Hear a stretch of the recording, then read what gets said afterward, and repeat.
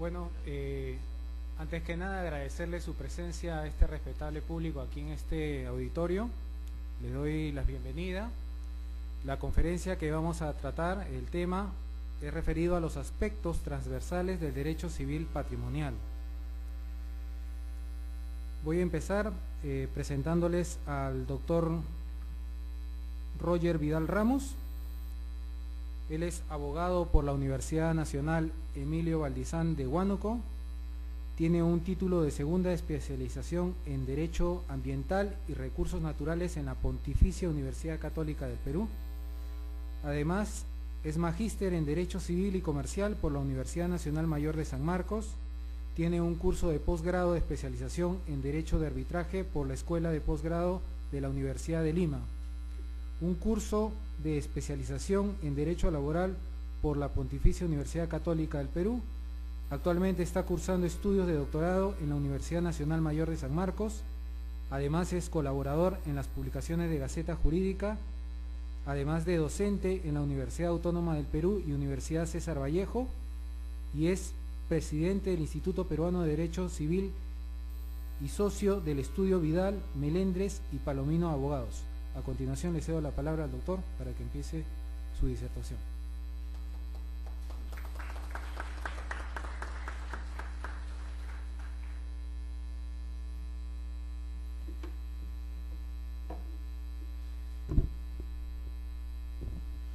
Buenas noches, saludar al doctor Emilio Valareso, gran amigo mío, docente de esta ilustre Facultad de Derecho, al doctor José Perón Barrantes, con quien compartimos cátedra, gran amigo, y al doctor Campos, que nos acompaña en la mesa de honor. Bien, el tema que vamos a abordar el día de hoy se titula El mercader de Venecia y la cláusula penal, para lo cual vamos un poco a recordar algunas nociones importantes de la teoría general del contrato. Recordemos que el contrato representa una institución fundamental para el derecho civil. Toda persona por algún momento en su vida va a celebrar un contrato de compra-venta, un contrato de arrendamiento o cualquier tipo de contrato. Hay principios medulares fundamentales del contrato. El primero de ellos, que viene a ser este principio de autonomía privada, este principio que es fundamental, comprendido como esta potestad que brinda el Estado para que los privados puedan autorregular sus intereses. El principio de pactam sunt servanda, la fuerza obligatoria del contrato, que obliga a que acreedor, deudor, compradores y vendedores puedan respetar todas las cláusulas del contrato y la esencia del contrato. El principio de la buena fe contractual, comprendida como este deber de brindar una información correcta en la búsqueda que el contrato se llegue a culminar este deber de veracidad. El principio de buena fe pues tiene que ser comprendido en la forma más amplia, ¿no? Este deber de información, colaboración mutua que se tienen que dar las partes contratantes. Es así que bajo estos principios todo contrato lo refiere nuestro Código Civil, se deben de negociar, celebrar y ejecutar en base al principio de la buena fe. Y entramos al tema de fondo. Muchos de repente en los años que atravesaron el colegio, de repente en la universidad, pudieron dar lectura de esta obra muy conocida, El mercader de Venecia, de William Shakespeare, pero de pronto pudieron ver la película, que también es un resumen muy interesante, con Al Pacino, gran actor. La parte más importante de la obra de Mercader de Venecia, de que por sí tiene una obra de carácter jurídico, un contenido muy importante, sobre todo para el derecho civil, les voy a relatar dos pasajes muy importantes. El primero de ellos viene a ser esta conversación que sostiene un mercader, Shylock, un judío, que era conocido como un prestamista, y de por sí pues toda la sociedad inglesa tenía repudio a esta clase, ¿no? Que acaparaban mucho dinero, que no eran cristianos, pero que únicamente se les buscaba para un tema económico. Es ahí donde dos mercaderes venecianos jóvenes, Antonio y Basanio, llegan ante Chiloc a pedir que les presten una suma de dinero. Los primeros argumentos que Chiloc expone van a un tema ético y moral, ¿no? ¿Cómo es que tú pides que te preste dinero a un judío cuando tú hace pocos días me escupías o me insultabas? Es así que en todos estos argumentos Basanio y el mismo Antonio veían perdida esta oportunidad para que el judío les pueda hacer este préstamo de dinero. Y he aquí un tema interesante donde lo relatan en la obra, donde le dice qué garantías tú me puedes dar para el fiel cumplimiento de la devolución de esta suma de dinero. Y de pronto los mercaderes le dicen que tenemos barcos que van a ir a diferentes partes del mundo, y lo que le dice Chiloc es sí, pero los barcos son de madera, se pueden hundir, ¿no? Empieza a dar argumentos respecto a que el patrimonio que tenían estos dos mercaderes no les generaba confianza, garantía para que se le pueda hacer la entrega del monto de dinero que se iba a prestar. Es así que pactan un acuerdo que se le preste una cantidad de suma de dinero, y en forma adicional Chiloc pide una garantía que viene a ser una penalidad, ¿no? Y el fondo de la penalidad era que pues si es que no se cumpliera con la devolución del dinero en el momento pactado, el judío podía hacer el cobro de la penalidad, que consistía en 100 gramos de la carne del cuerpo del deudor. Entonces, hoy a la fecha eso sería nulo, acto jurídico nulo por la nulidad virtual, porque estaría yendo en contra del orden público, las buenas costumbres, ¿no? Y si lo interpretamos de otra forma, como lo vamos a ver más adelante, se podría dar muchos supuestos. En tal sentido, indiquemos que la cláusula penal o las penalidades van a ser estipulaciones que se encuentran en un contrato, que van a estar dentro de la negociación o pueden ser pactadas en forma posterior.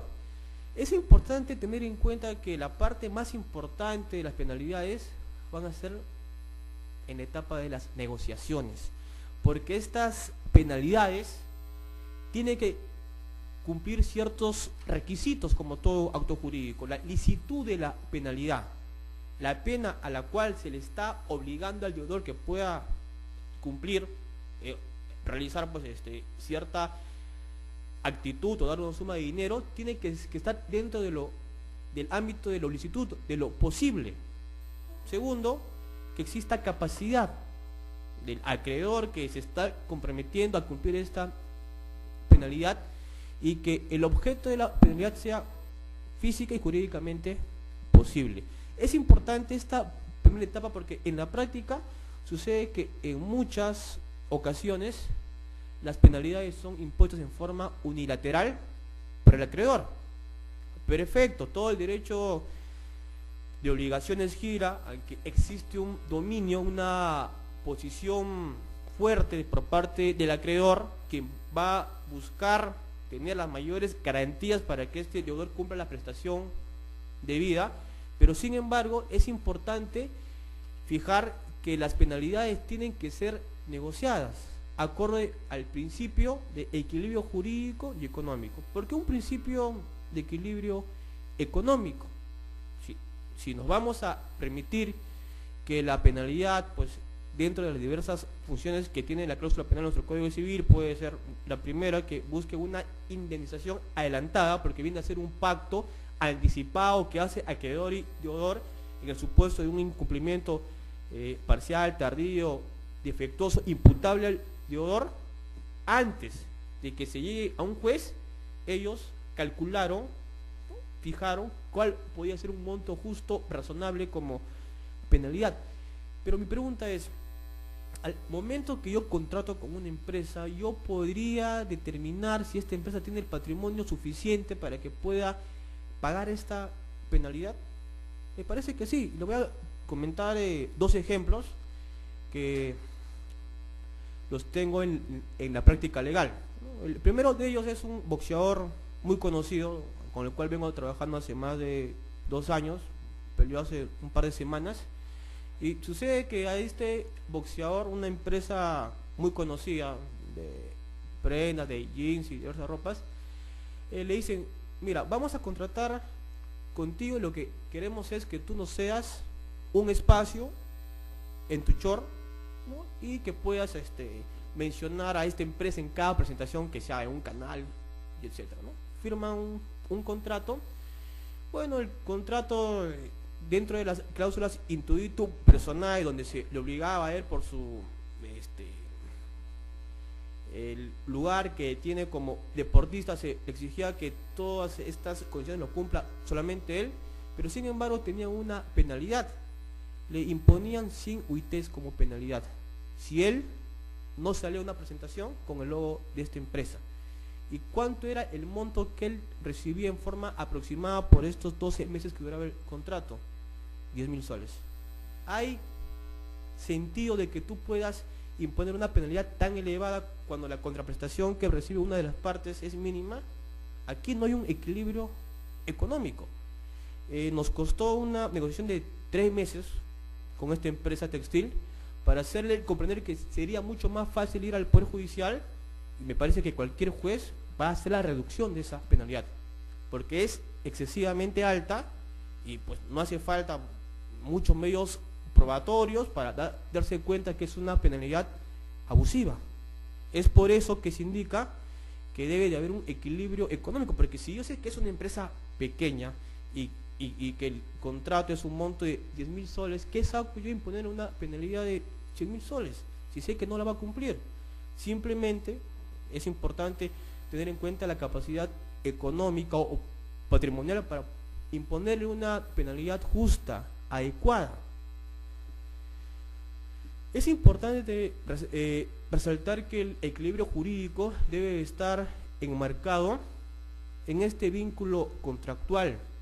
El contrato, en esencia, permite que ambas partes tengan los mismos derechos y las mismas obligaciones. El hecho de ser deudor no significa pues que voy a estar sometido a lo que siempre diga mi acreedor. Existe un principio de equidad y el contrato es eso. El contrato es la representación de un equilibrio jurídico y económico. Segundo, un caso donde también me pude dar cuenta que hay una penalidad muy elevada es en estos contratos de intermediación laboral, ¿no? Sucede que acá es un contrato no tan conocido, pero que tiene un ámbito civil y hay un ámbito laboral. La empresa de intermediación se encarga de asignar trabajadores, supongamos a un gimnasio, ¿no? 10 trabajadores. Entre la empresa de intermediación y el gimnasio hay un contrato de intermediación laboral que es un contrato civil, y hay un contrato laboral entre la empresa de intermediación con los trabajadores, ¿no? Lo que hacen es asignar, provisionar trabajadores, donde la relación laboral es entre la empresa de intermediación y los trabajadores, y entre el gimnasio y la empresa de intermediación hay un vínculo civil. Acá hay algo interesante que no sucede en otros contratos. La empresa de intermediación le manda una estructura de costos a cualquier empresa usuaria, gimnasio, banco, cualquier empresa que requiera los servicios de limpieza. En esta estructura de costos se detalla en forma muy expresa cuáles son los montos de remuneración de cada trabajador, sueldo mínimo, asignación familiar, el costo de los materiales de limpieza, la utilidad que percibe la empresa, dirige B. Tanto así que la empresa usuaria, la que contrata a la empresa de intermediación, sabe lo que está pagando y sabe la utilidad que va a obtener la empresa de intermediación. Este gimnasio se le ocurrió fijar una penalidad del 30% de la facturación, lo cual, al margen de ser excesiva, contraviene derechos laborales. ¿Por qué? Me explico. Si yo, empresa que se beneficia de los servicios de limpieza de los trabajadores de una empresa de intermediación, tengo mi estructura de costos y tengo pleno conocimiento que solo el 10% de la facturación es utilidad, porque si pongo una penalidad muy elevada estaría chocando con derechos laborales, los cuales pues, los derechos laborales son intangibles. O sea, no puedes tú fijar penalidades como empresa que va en contra del pago a los trabajadores. ¿no? Fue un tema que nos tocó negociar por mucho tiempo, pero al final pudieron comprender. Es por eso que resalto que las penalidades son importantes. No hay la menor duda que todo acreedor desea que el contrato sea ejecutado, ¿no? Ese es el gran temor, porque también la cláusula penal tiene una finalidad disuasiva de generar un impacto a que el deudor cumpla con la prestación de vida. Pero sin embargo, si yo impongo penalidades elevadas que no tengan equilibrio jurídico y económico, se va a lograr lo que sucedió con Chiloc. Y ahora vamos a la segunda parte, ¿no? Bueno, sucede pues que Chiloc entrega la suma de dinero, un contrato de mutuo, y los dos mercaderes felices. Llega el momento importante que busca todo acreedor, que se le pague o que le entreguen la prestación de vida. Por diversos motivos, el deudor no pudo hacer la entrega del dinero que se había comprometido en entregar en tal fecha. Ante eso, viene un tema muy interesante, se apertura un juicio oral. Chiloc va ante el jurado de Venecia y expresa lo que todo acreedor en un momento lo puede hacer, que se ejecute la cláusula penal. Y aquí hay una eterna discusión, sobre todo en torno a la cláusula penal. La autonomía privada, lo pactado por las partes, versus una posibilidad que un tercero ajeno al contrato reduzca la cláusula penal a su libre criterio, el juez. Es un tema que se discute porque para muchos profesores y sobre todo para los seguidores del famoso análisis económico del derecho, consideran pues, de que no se debería intervenir en el contrato. Es un tema bastante debatible, pero sin embargo el Código Civil lo permite, ¿no? Se da la potestad que un juez pueda reducir esta penalidad. Sucede que en esta parte de la obra y en la misma película van a haber debates encarnizados, ¿no? Al margen del tema del cristianismo y del judaísmo, es que se está enfrentando el mismo Estado contra las leyes. Entonces de pronto se cuestiona el sistema jurídico, ¿no? Si yo he pactado este contrato y tengo esta penalidad, yo exijo que se cumpla la ley. Y el mismo Chiloc, el mismo judío, hace tambalear a estos magistrados en forma muy astuta. Porcia se disfraza de un joven juez y da una interpretación distinta a la norma, ¿no? Le dicen, perfecto Chiloc, vas a poder tener la penalidad que tú quieras, ¿no? Lo amarran al deudor para que le corte la carne, pero le dice, aquí no se estipula, ¿no?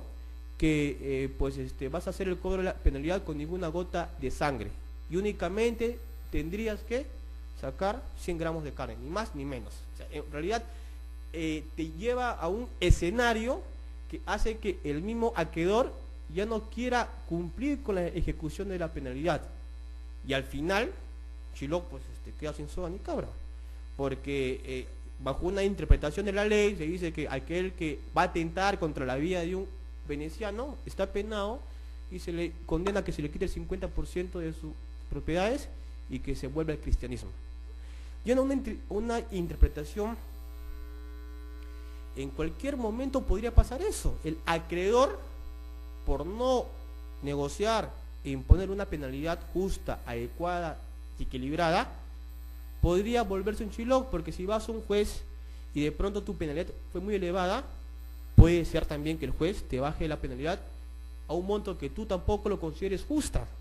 En realidad, del mercader de Venecia se puede sacar muchas conclusiones, pero en la última parte se puede ver que también hay un claro abuso del acreedor, porque si yo hice un préstamo de dinero, pacté una cláusula penal, o sea, lo mínimo que yo deseo es que se cumpla la cláusula penal, pero sin embargo la interpretación que le da la corte, los magistrados, es muy distinta, ¿no? Es importante tener en cuenta esto porque casi la mayoría de contratos hay penalidades.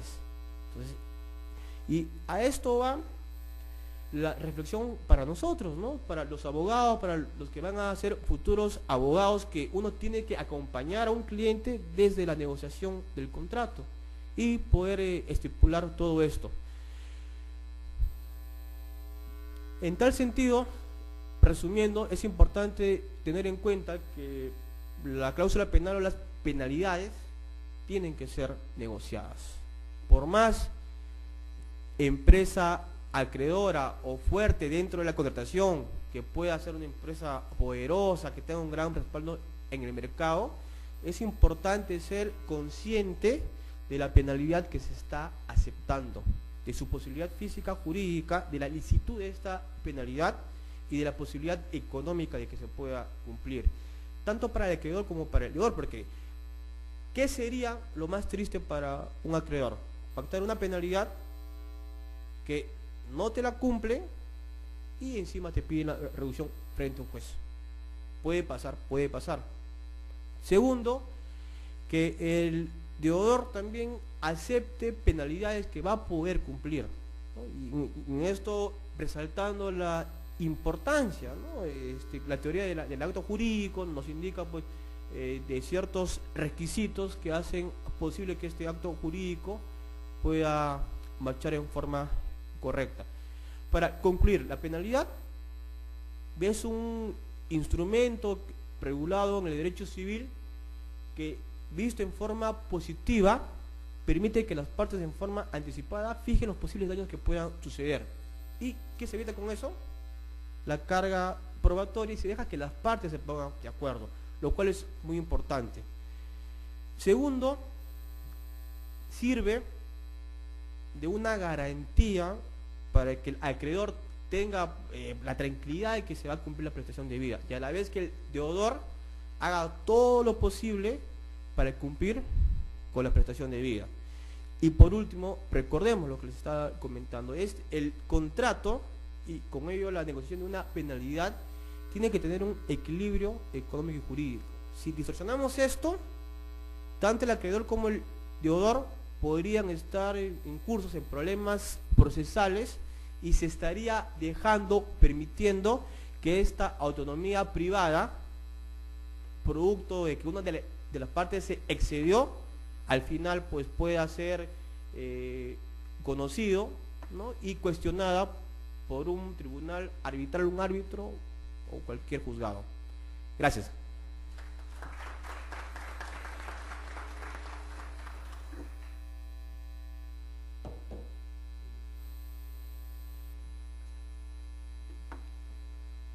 Continuando con la conferencia, a continuación les presento al doctor José Antonio Veragún Barrantes, quien es juez supernumerario del 10º Juzgado de Paz Letrado de la Corte Superior de Justicia de Lima, es abogado por la Universidad de Huánuco y bachiller en Ciencias Económicas por la Universidad Inca Garcilaso de la Vega. Posee estudios de maestría en Derecho Civil y Comercial en la Universidad Nacional Federico Villarreal y en la Universidad de Huánuco. Asimismo es candidato a doctor en Derecho por la Universidad de San Martín de Porres, docente universitario e investigador de la Universidad Autónoma del Perú y es miembro del Instituto Peruano de Derecho Civil. Queda en el uso de la palabra.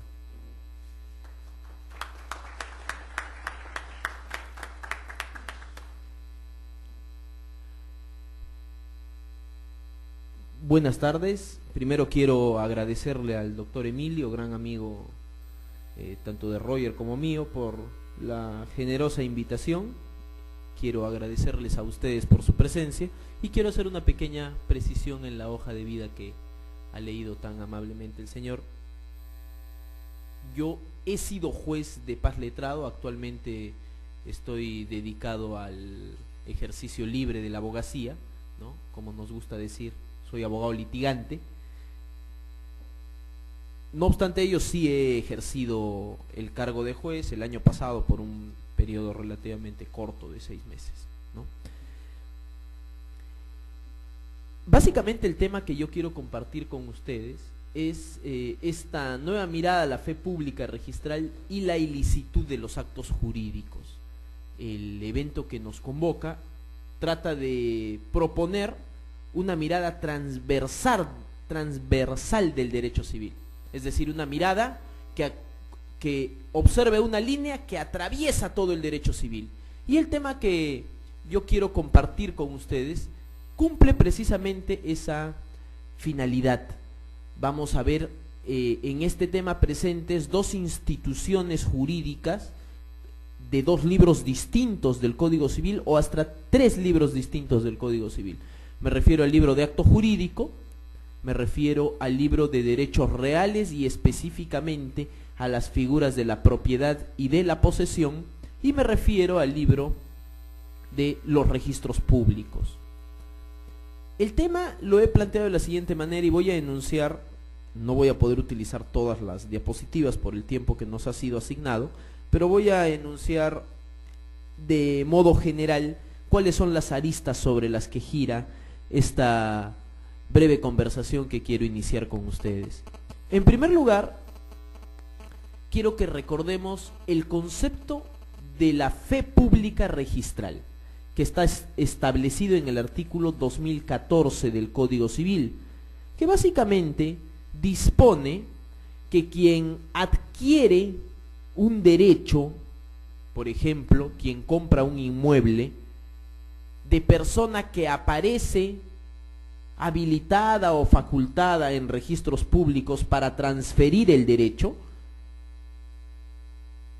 mantiene su adquisición aunque después se rescinda, anule o invalide el derecho de quien transfirió. A tiene un inmueble registrado a su nombre en la Oficina de Registros Públicos.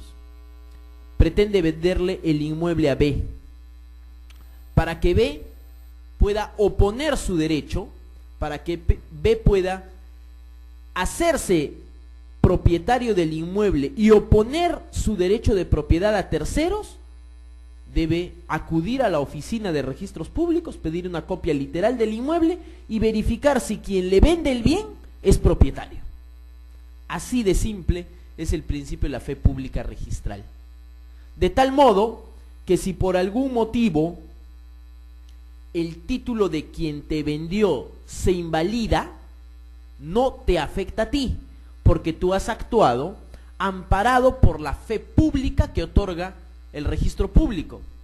Básicamente es bastante lógico que eso suceda, porque si los registros públicos, que precisamente dan esa garantía de publicidad de los actos y los derechos inscritos, no pueden oponerse como garantía del surgimiento de los derechos, sencillamente estaríamos en la esquizofrenia jurídica o en Alicia en el País de las Maravillas, ¿no es cierto? Para eso sirve registros públicos, para que yo pueda acudir y generar seguridad jurídica respecto a una adquisición. En líneas generales se ha estado aplicando con mucha contundencia el precepto establecido en el artículo 2014 del Código Civil sobre la fe pública registral, en concordancia, por ejemplo, con el artículo 1135 del Código Civil, que establece la concurrencia de acreedores, ¿no es cierto? La concurrencia de acreedores de bien inmueble. Esa sería la primera arista. La segunda arista tiene que ver, como les decía, con el derecho de propiedad y con la posesión. Resulta que el derecho de propiedad es un derecho que tiene varias formas de adquisición. Una de estas formas de adquisición de la propiedad es la prescripción, valga la redundancia, adquisitiva de propiedad, prescripción adquisitiva de dominio o usucapio. La prescripción adquisitiva de dominio es una forma de adquirir la posesión que beneficia al poseedor del bien, que en cualquier supuesto penoso y negativo ejerce la posesión por 10 años, en cualquier supuesto penoso digo, puede haber un supuesto mucho más beneficioso, en cuyo caso solamente necesitaremos 5 años, pero en el peor de los casos tú debes ejercer la posesión por 10 años con determinadas características. ¿Cuáles son esas características? La posesión debe ser continua, es decir, ininterrumpida.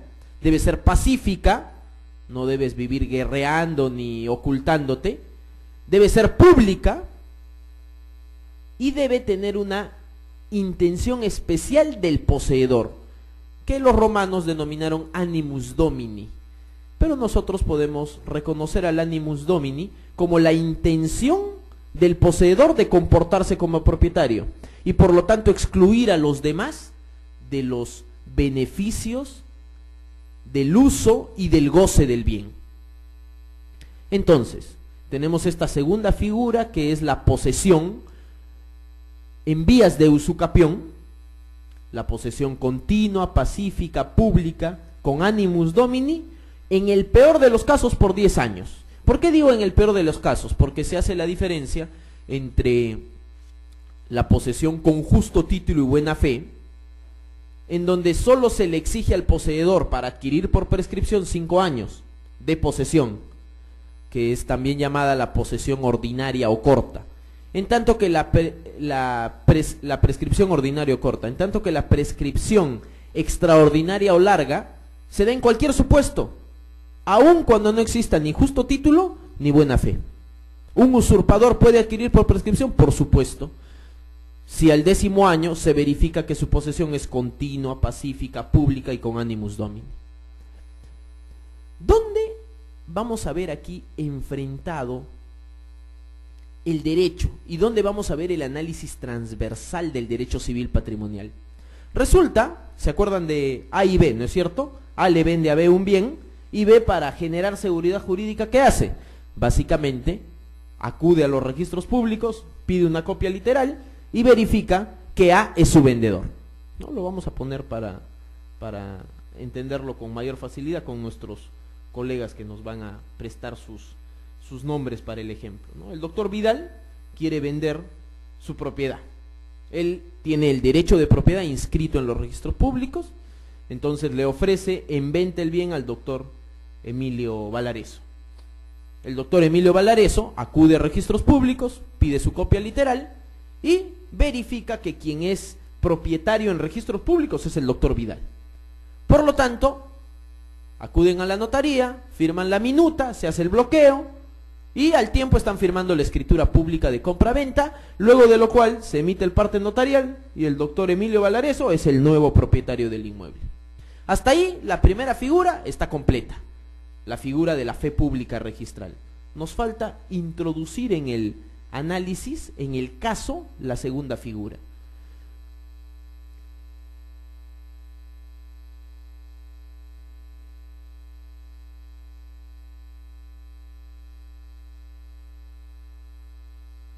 Yo vivo en el inmueble hace 20 años.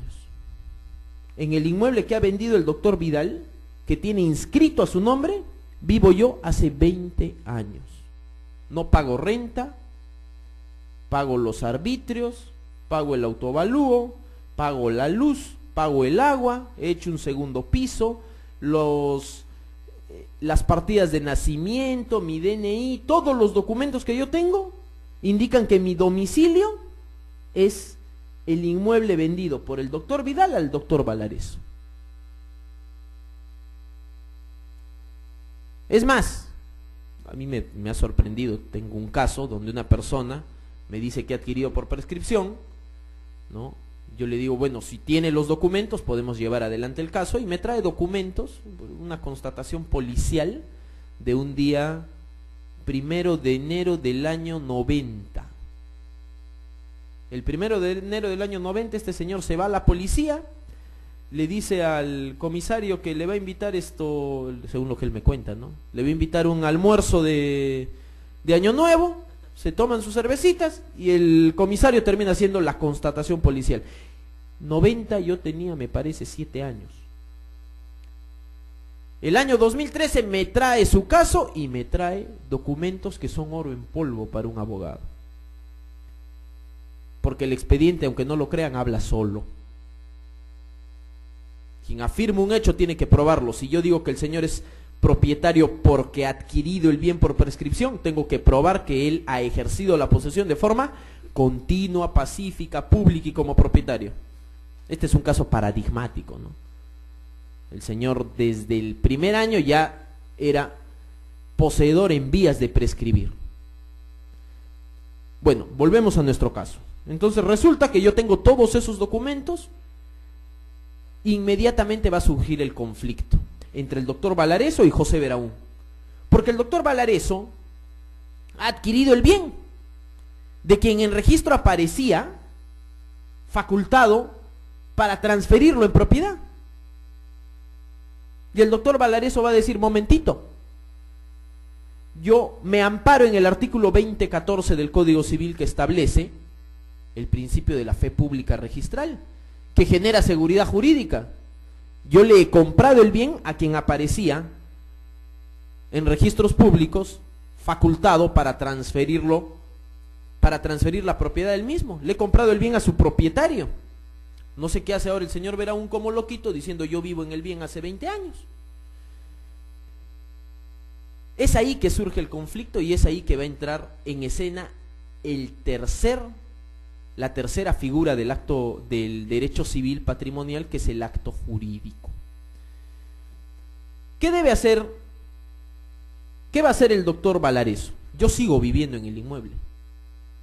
Lo que tiene que hacer el doctor Valareso es demandarme el desalojo.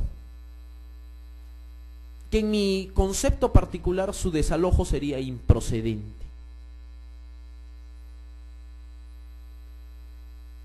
Si quiere discutir la posesión del inmueble, tendrá que probar que él tiene derecho y que yo no tengo derecho. Y para eso deberá ir a un proceso de mejor derecho de posesión o a una acción reivindicatoria, que está descrita en el artículo 923 y 927 del Código Civil. No obstante, lo que se estila hacer es ir al proceso de desalojo por ocupación o posesión precaria. En ese proceso de desalojo por ocupación precaria yo tendré que alegar que el doctor Valareso no tiene buena fe, porque conocía mi posesión del inmueble. Además de eso, en otro proceso yo tendré que iniciar una demanda de prescripción adquisitiva de dominio.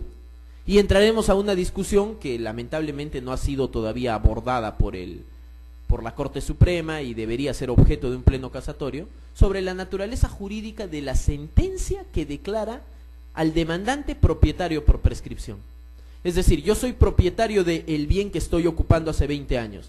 Desde que el juez me da la sentencia, desde que el juez declara fundada mi demanda, o soy propietario cuando en el 10º año de posesión continua, pacífica, pública y como propietario,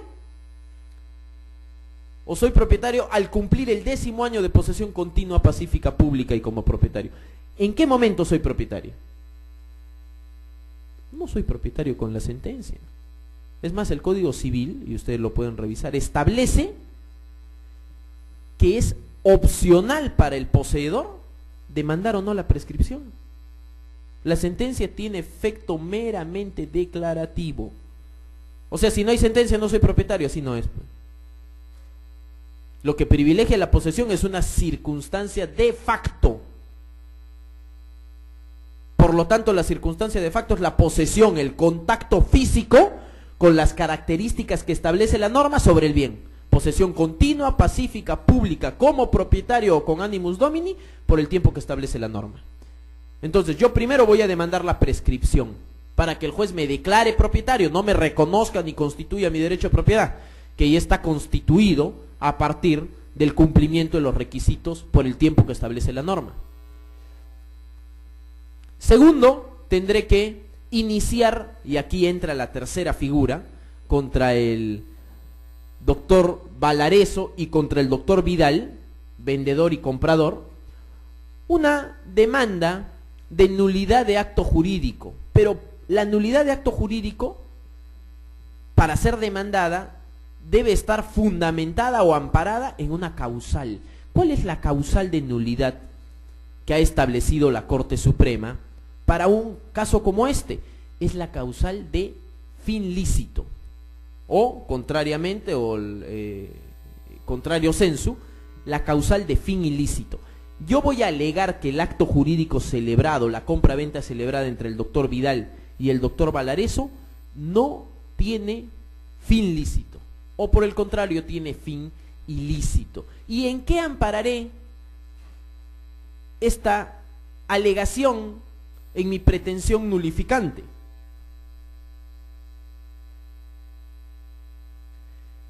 En esta sentencia, la número 3667-2010, La Libertad, la Corte Suprema ha establecido que la demandante no puede alegar que le asiste la buena fe en la transferencia, ya que a la fecha de la adquisición del bien conocía de la existencia de poseedores continuos, pacíficos y públicos.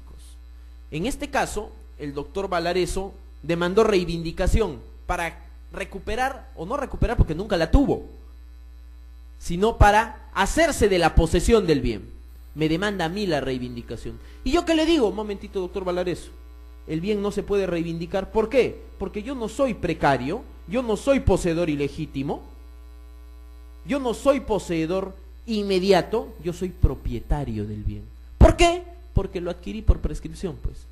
A usted le vendió quien aparecía en registros, pero ya no era propietario. ¿Y mi seguridad jurídica? Y la mía, le preguntaré yo. No, pero yo fui a registros públicos y me dieron mi copia literal y aparecía Roger Vidal. Momentito. ¿Sabe qué le faltó hacer a usted? Ir al inmueble, tocarme la puerta y yo iba a salir y le iba a decir Roger Vidal ni en pelea de perros. No lo conozco. Usted, yo soy propietario del bien. ¿Su título de propiedad? ¿Para qué le voy a enseñar? ¿Quién es usted? Este pronunciamiento que ha sido publicado en enero del año 2012 ha sido reiterado en julio de este año por la Corte Suprema en la casación signada con el número 3098-2011 Lima. Dice, los compradores conocen la inexactitud del registro o cuando menos están en condición razonable de no desconocerlo, pues con un mínimo de diligencia se puede constatar que el bien estaba siendo poseído por terceros con título de propietarios, por lo que se desvirtúa la buena fe de los adquirientes. Esto, en realidad, es un precedente sumamente importante porque establece una nueva mirada del principio de la fe pública registral. Ya no basta con ir a registros públicos y sacar la copia literal y ver que quien te vende es el propietario. La Corte Suprema ha establecido que la buena fe registral se mantiene en tanto el comprador o el adquiriente desconozca que existen terceros poseedores del bien en vías, ya no en vías, sino que lo han adquirido por prescripción adquisitiva. Esto es, como les digo, sumamente importante y la mínima diligencia es ir y tocar la puerta. Si tú estás demandando el desalojo, quiere decir que no tocaste la puerta. ¿Por qué compraste la casa? ¿Por qué compras un inmueble sin que te entreguen la posesión del mismo? Y si tu alegación es que se metieron, no vas al desalojo, pues vas al interdicto de recobrar. Entonces ahí tenemos las tres figuras. Ahora, en esta segunda casación es sobre un caso de acto jurídico. ¿Y cuál es que se declara fundada la demanda? ¿Y cuál es la causal de nulidad de acto jurídico alegada y amparada por la Corte Suprema? Fin ilícito. Fin ilícito porque no existe buena fe del adquiriente y su buena fe registral no es oponible al derecho de propiedad del propietario que ha, valga la redundancia, adquirido el bien por prescripción adquisitiva. Entonces tenemos un tema que a partir de la jurisprudencia casatoria atraviesa, ¿no es cierto?, transversalmente el derecho. Va desde el acto jurídico, pasando por los reales, las obligaciones y los registros públicos. Yo quiero nuevamente agradecerle la invitación a Emilio, disculparme con él si me he excedido en el tiempo que me han brindado y agradecerles también a ustedes por su atención.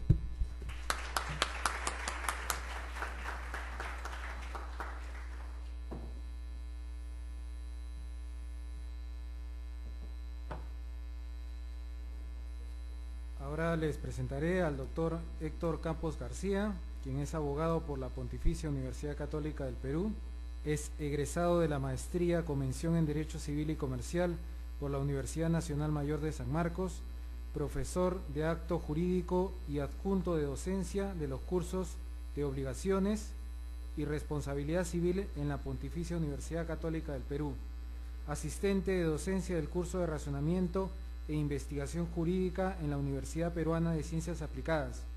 Tiene un diploma a nivel de posgrado en responsabilidad civil por la Universidad Nacional Mayor de San Marcos y en aspectos legales de construcción por la UPC.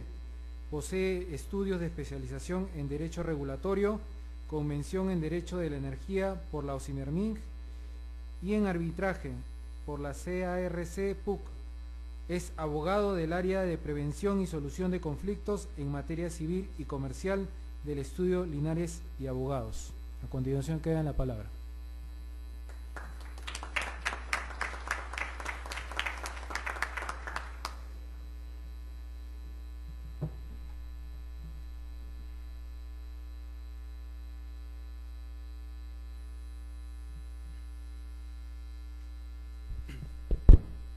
Buenas noches. ¿Se me escucha bien? ¿Sí? Buenas noches. En primer lugar, agradecer al profesor Emilio Valereso por la invitación para compartir con ustedes algunos minutos de reflexión sobre estos temas o aspectos transversales de derecho civil patrimonial. El tema que he escogido es un tema que es un tema que no ha sido abordado o enfocado de la debida manera en la jurisprudencia, y cada vez que se dicta el tema o que se escribe sobre el tema, me parece que nos quedamos solamente en una primera aproximación y no llegamos a entender realmente de qué se trata. De lo que voy a hablarles es de lo que vamos a conversar va a ser sobre algunos aspectos o cuestiones patológicas de la actuación del representante cuando este representante carece de facultades o no tiene facultades para ello. ¿De acuerdo? Si uno revisa, y creo que acá la mayoría son estudiantes, el Código Civil, encontrará que en el artículo 161 se encuentra regulada esta hipótesis. Y más o menos lo que te dice el artículo 161 es que si el representante actúa en exceso, violando o no teniendo las facultades que le ha otorgado el representado, realiza negocios jurídicos, pues estos negocios jurídicos son ineficaces. ¿Correcto? Sin perjuicio, evidentemente, de la indemnización o resarcimiento propiamente hablando, sin perjuicio del resarcimiento que se pueda generar entre el tercero que contrata con el representante y el representante. ¿Me explico? ¿Sí? Entonces tenemos un representante que no tiene las facultades o que las viola o que se excede de las mismas, y ese negocio que celebra con el tercero es un negocio ineficaz frente al representado. Pues bien, la pregunta aquí es: ¿cuáles son las consecuencias de este acto? Básicamente vamos a identificar dos consecuencias. Un problema a nivel de ineficacia, o sea, el acto que celebra el representante con el tercero, y un problema de resarcimiento, un problema de tutela resarcitoria. Estos serán, pues, los dos aspectos que voy a exponer a continuación: el régimen de la ineficacia y el régimen del resarcimiento. Cuando uno revisa lo que se ha escrito sobre el tema en cuanto a lo que ineficacia se refiere, podrá darse cuenta que los esfuerzos de la doctrina que ha tratado del tema ha sido sobre todo enfocada a distinguir o a afirmar que el negocio que celebra el representante con el tercero es un negocio ineficaz frente al representado y válido y eficaz entre el tercero y el representante. Y se ha abocado en afirmar que lo que no es un negocio anulable. ¿Sí? ¿Y esto por qué? ¿Por qué la doctrina se ha empeñado en justificar que el negocio que celebra el representante con el tercero no es un negocio anulable? Porque un sector de nuestra jurisprudencia, de reiterada jurisprudencia, se inclinaba por sostener que este negocio era pues un negocio anulable. O sea, que el negocio que celebraba el representante con el tercero era un negocio que tenía una causal de anulabilidad y que por lo tanto lo que debía pedirse era finalmente la nulidad por estar afecto a una causal de anulabilidad. Ahora, se entiende que la reacción de la doctrina haya sido así porque la naturaleza de ese acto que celebra el representante o ese falsus procurators que no tiene facultades es ciertamente un negocio válido y eficaz frente al tercero e ineficaz frente al representado. Lo que no se justifica, creo yo, es que no se haya entrado a explicar qué cosa significa este juego de palabras. O sea, ¿qué significa que sea ineficaz frente al representado? ¿Qué significa que sea válido y eficaz entre el representante y el tercero? ¿Correcto? O sea, está bien esa primera aproximación que me permite corregir algo que se puede catalogar como un error, considerar ese negocio anulable. Pero lo que también está mal es quedarse solamente en esa primera aproximación y no tratar de entender qué cosa hay detrás. Fíjense. Imaginemos que tenemos al representado que le da al representante un poder de venta. ¿De acuerdo? Un poder de venta. El representado le da al representante un poder de venta frente a un tercero. Si esto fuese así y el representado, cambiemos el ejemplo, supongamos que no hay ningún poder, ¿ya? Para hacerlo un poco más gráfico, supongamos que no hay ningún poder y el representado va y celebra el contrato de venta en nombre del el representante va y celebra el contrato de venta en nombre del representado, ¿correcto?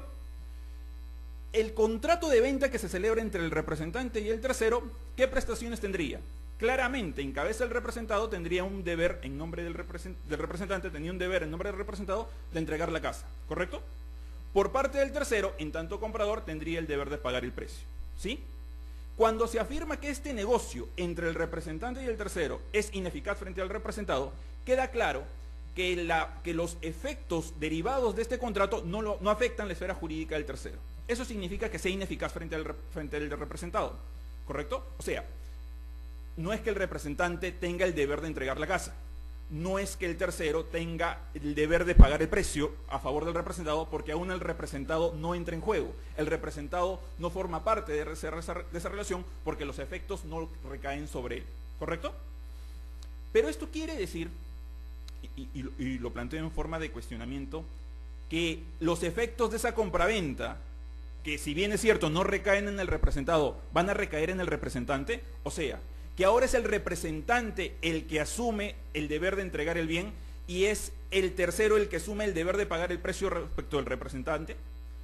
¿Por qué formulo esta pregunta? Porque a continuación seguida, o a continuación de afirmar que el negocio es ineficaz frente al representado, se dice el negocio es válido y eficaz frente al representante, entre el representante y el tercero. La pregunta es, ¿por qué es válido y por qué es eficaz? ¿Se refiere esta eficacia a la transferencia de propiedad entre el representante y el tercero? Evidentemente no. Pero entonces, si esto no es así, ¿de qué sirve decir que sea válido y eficaz? O sea, ¿cuál es el grado de vinculación que se está generando entre el representante y el tercero? Quizás, para poder explicar esto correctamente, podríamos hacer esta distinción entre efectos preliminares y efectos finales que plantea, por ejemplo, Scognamiglio. Y es que, claro, cuando tú celebras el contrato entre el representante y el tercero, ese contrato no produce los efectos finales, los efectos típicos del negocio. Me explico, no se produce el deber de pagar el precio, no se produce el deber de entregar el bien.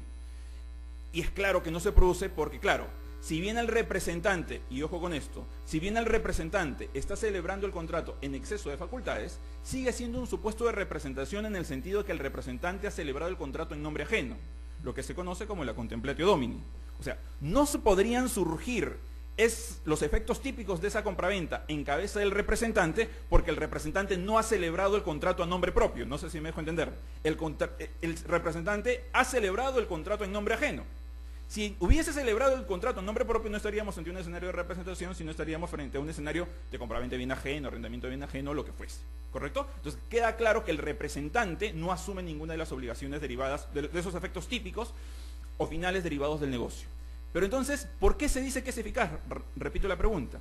Se dice que es eficaz porque, si bien es cierto, los efectos finales no se están produciendo, lo que sí se están produciendo es un efecto inmediato de la celebración de todo contrato, que es lo que Vincenzo Roppo denomina la vinculatoriedad del contrato. Es decir, cuando tú celebras un contrato, estás en una situación distinta a la que estabas antes de la celebración del contrato. Antes de la celebración del contrato tú no tenías ningún vínculo con la persona, pues no habías celebrado ningún contrato. Luego de la celebración del contrato, independientemente de que haya un problema de legitimación de por medio o no y que por ende se haga ineficaz, independientemente de ello, lo cierto es que ya hay un contrato de por medio y hay una vinculatoriedad entre el representante y el tercero. Tanta vinculatoriedad hay, o sea, tanto se ha creado un vínculo entre el representante y el tercero derivado de ese contrato, que en el artículo 162 del Código Civil se plantea que para poder salirse de ese contrato, lo que tiene que hacer el tercero es resolver el contrato con el representante. ¿Ok? Entonces, claro, ¿por qué se habla de resolución si es... O sea, la única justificación para que se hable de resolución es porque previamente ha habido un vínculo entre las partes. Si no hubiese habido un vínculo entre las partes, pues no habría razón para explicar una resolución posteriormente a la celebración del contrato. Entonces, ¿El contrato entre el representante y el tercero es un contrato válido y eficaz? Correcto, es un contrato válido porque no está afecto a ninguna causal de nulidad, no está afecto a ninguna causal de anulabilidad. Y es un contrato eficaz solo en la medida en que ha creado este primer efecto de vinculatoriedad entre las partes, ¿sí? Y es además un contrato ineficaz respecto del representado porque los efectos finales de ese negocio no vinculan al representado, tampoco al representante. Se dice por eso que solo el que podría considerarse como vinculado es el tercero, en tanto para poder salirse del contrato tendría que resolver él mismo. Aquí sí se presenta una complicación práctica. ¿Por qué? Nosotros sabemos que el régimen de representación ha sido tomado del Código Civil italiano. Y cuando uno revisa, por ejemplo, la norma italiana sobre el particular, el artículo 1398, se estipula algo en particular. Si bien es cierto, se establece que la forma como el tercero se puede salir del contrato es resolviendo el contrato de común acuerdo con el representante, esta resolución de común acuerdo sería a través de un mutuo disenso, se le establece al tercero una facultad de receso. ¿Qué es esto? Se le establece al tercero la facultad de desistirse unilateralmente previa comunicación al representado para que éste en un plazo determinado ratifique. ¿Qué quiere decir esto? El tercero le puede enviar una comunicación al representado y decirle, en tal plazo ratifica el contrato. Si en tal plazo no ratificas el contrato se puede considerar revocado, para usar el término más, para que el término sea más técnico, el tercero se puede desistir del contrato, ¿sí? Y esto tiene cierta razón de ser, porque mientras que el contrato sea celebrado, o sea, mientras que el contrato entre el representante y el tercero sea celebrado, tenemos un contrato que es válido y eficaz. O sea, ya hay una vinculación creada entre las partes. No es que el tercero después pueda desconocer el contrato que ha celebrado y le diga al representante, oye, representante, ya me di cuenta que tú no tenías las facultades para ello y por lo tanto me salgo del contrato. No, porque precisamente ya existe esa vinculatoriedad generada del contrato. Tampoco podría sostenerse que es una resolución por incumplimiento porque precisamente no se han generado los efectos derivados del contrato que justifican el incumplimiento respecto del cual opere la resolución. Entonces, para no exponer al tercero a que esté en un estado de sujeción respecto del representante y del representado, a esperas de que el representado ratifique el contrato, en el ordenamiento italiano se le da esta posibilidad de desistimiento al tercero mientras espera o en el tiempo en el cual el representado aún no ha ratificado el contrato. Lo cierto es que esta facultad nosotros no la tenemos regulada en el Código Civil. Y aquí sí se presenta un problema, porque si nosotros interpretamos el segundo párrafo o el tercer párrafo del artículo 162, que dice que el tercero puede resolver el contrato con el representante, y lo interpretamos un poco a la italiana, pues tendríamos que decir que esa resolución es una resolución derivada de mutuo disenso. Que el tercero cuente con una posibilidad de desistirse del contrato es complicado aún, porque nosotros sabemos que el desistimiento solo tiene cabida cuando las partes lo han concebido, estamos ante un receso convencional, o cuando la ley lo determina así, esto es un receso o un desistimiento impuesto o determinado por la ley. En este caso no tenemos ninguna de las dos fuentes. Ni la ley te dice que el tercero puede desistirse del contrato, y es muy raro que en los contratos de representación el representante le dé esta facultad por mutuo acuerdo al tercero cuando celebren este contrato. O sea, la solución no está en la ley y es una solución que difícilmente se pueda presentar en la práctica. Quizá, y digo quizá, solo como una reflexión, podríamos interpretar que esa resolución a la que se refiere el artículo 161 podría abarcar inclusive el supuesto de desistimiento en cabeza del tercero. Sé que podría sonar como una interpretación un poco forzada porque contravendría expresamente la literalidad de la norma, pero recordemos que la literalidad de la norma es solo uno de los criterios de interpretación. O sea, no porque la norma dice resolución debe ser resolución a secas. Un buen ejemplo sería el pacto de retroventa, en el cual también se dice resolución, pero para todos nos queda claro que es una posibilidad de desistimiento, ¿sí?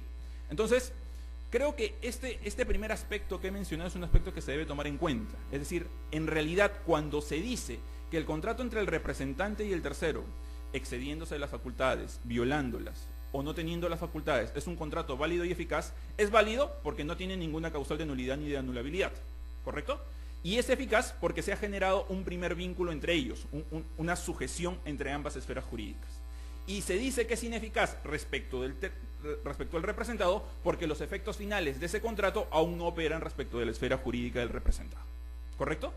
Esta situación de ineficacia creo yo, se explica, y no tengo mayor reparo en que se explique de forma directa a los supuestos de exceso de facultades y a los supuestos de ausencia de facultades.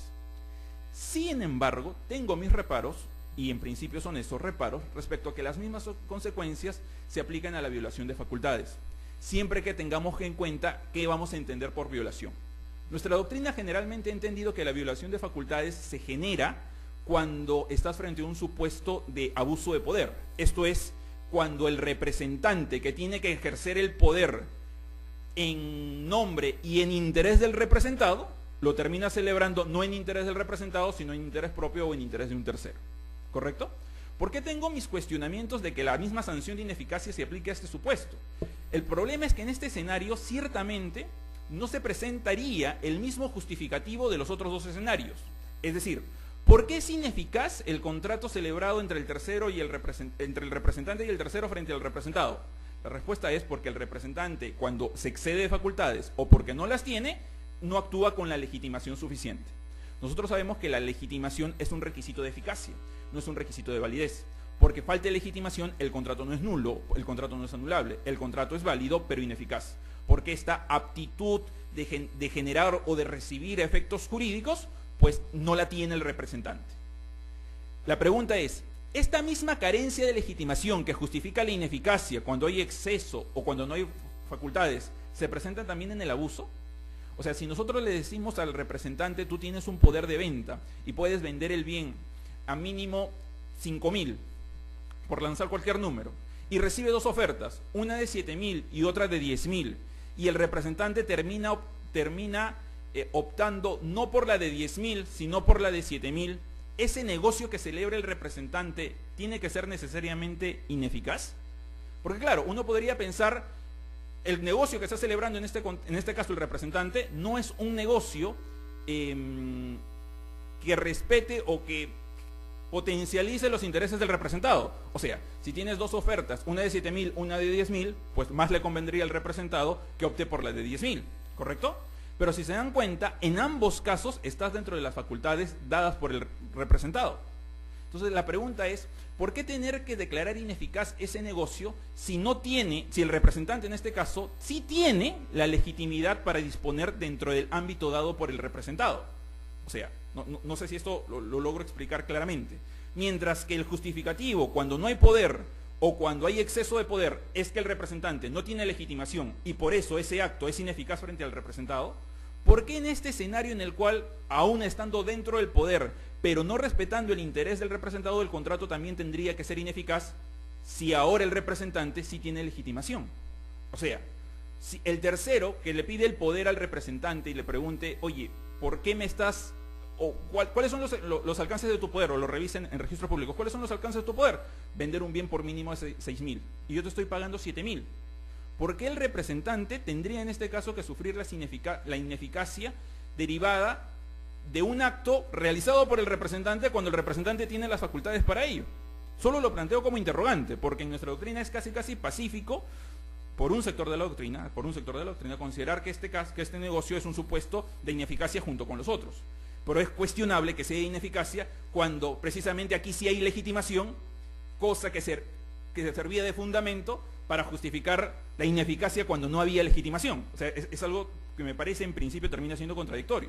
Quizá la solución pueda ser que el negocio sí pueda ser considerado válido y eficaz frente al representado, evidentemente sin perjuicio del resarcimiento que el representante le deba al representado por haberle generado una pérdida al momento de la celebración del contrato, por obtener o por celebrar o por escoger una opción que no era tan beneficiosa para los intereses del representado.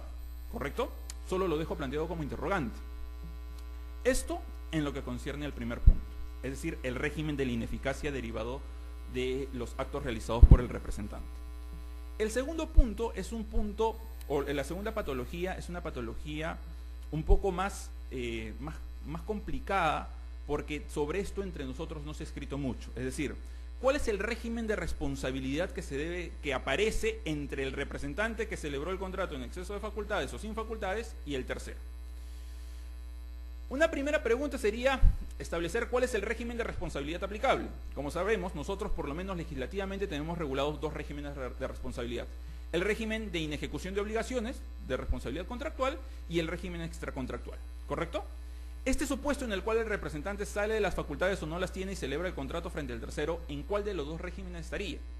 Ciertamente, no sería posible incluirlo frente a un escenario de responsabilidad por inejecución de obligaciones, porque precisamente no han surgido las obligaciones cuyo incumplimiento generarían que este caso entre dentro de este sistema.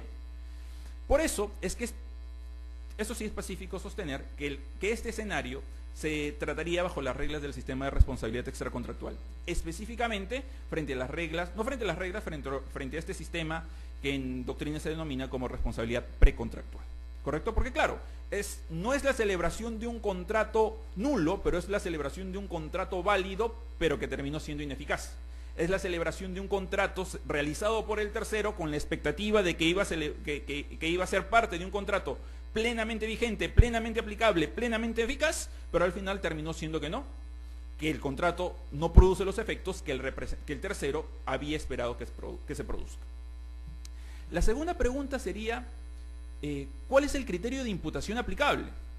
En nuestro sistema los criterios de imputación aplicables son básicamente dos: un criterio de imputación subjetivo, basado en la culpa, que está regulado en el artículo 1969, y un criterio objetivo de exposición al peligro, regulado en el artículo 1970.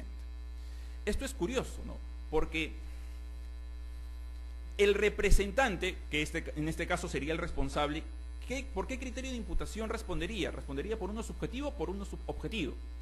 Queda claro que el representante puede estar en dos situaciones: que celebre el contrato sabiendo que no tiene poder, en este caso está actuando con dolo, o celebra el contrato creyendo que tiene poder cuando en realidad no lo tiene. En este caso estaríamos ante un supuesto de negligencia. Hacer esta distinción entre nosotros no nos llevaría a una diferencia de resultados. Me explico por qué. Distinguir entre si la responsabilidad es por dolo o por culpa tiene algún grado de relevancia cuando el sistema de responsabilidad aplicable es el de inejecución de obligaciones. Porque cuando incumples una obligación por dolo, respondes o resarces hasta los daños, no solo los daños previsibles, sino también los daños imprevisibles. Resarces más. Cuando respondes por culpa, solamente resarces los daños previsibles, resarces menos. En cambio, si estamos en la responsabilidad extracontractual, y he partido de la premisa que el caso del falsus procurator es un escenario en el cual se rige bajo la regla de la responsabilidad extracontractual, no hay esta diferencia en el quantum indemnizatorio para el agente que genera el daño con culpa o el agente que genera el daño con dolo, ¿correcto? Entonces, el cuestionarnos si el representante sabía o podía saber que estaba actuando sin facultades no tiene una incidencia directa en el quantum indemnizatorio. Pero en otros ordenamientos, y fíjense ustedes lo importante de darle un vistazo por lo menos a la legislación comparada, esto no es así. Por ejemplo, en el ordenamiento alemán sí hay una distinción en la forma de cómo responde el representante cuando actuó con dolo de cuando actuó con culpa. Cuando actuó con culpa, el representante solo responde, se dice, hasta el límite del interés negativo. ¿Qué cosa es esto del interés negativo? El interés negativo es poner al contratante en la misma situación que estaría si es que el contrato no se hubiese celebrado. Básicamente, en el interés negativo, por ejemplo, entra el resarcimiento de los gastos en los que se incurren en el momento de la contratación. En cambio, o sea, en Alemania, si el representante realizó este acto en exceso de facultades por negligencia, o sea, creyendo que las tenía, pero en realidad no las tenía, solo debe indemnizar hasta el interés negativo, ¿correcto?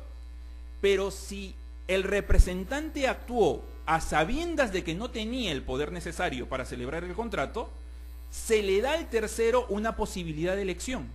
El tercero en Alemania va a poder elegir entre hacer dos cosas: o exigirle el cumplimiento del contrato celebrado en nombre del representado al representante, o que te indemnice, pero ya no considerando el interés negativo, sino considerando el interés positivo.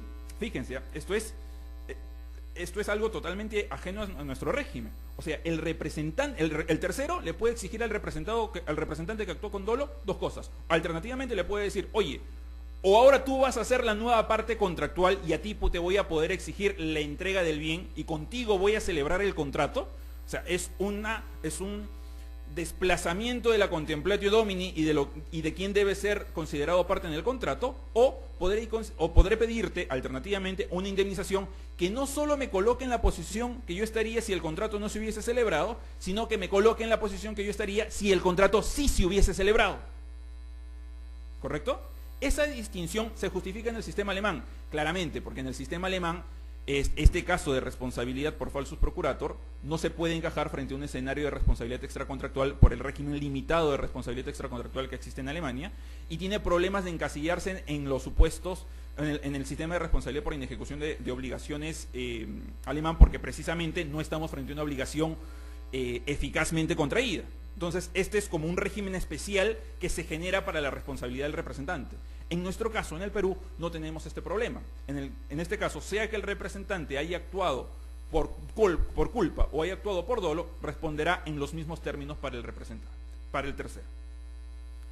La pregunta aquí, y esto es una pregunta que se puede generar a raíz de lecturas del ordenamiento italiano, es si es que el tercero debe acreditar o no que el representado actuó con culpa.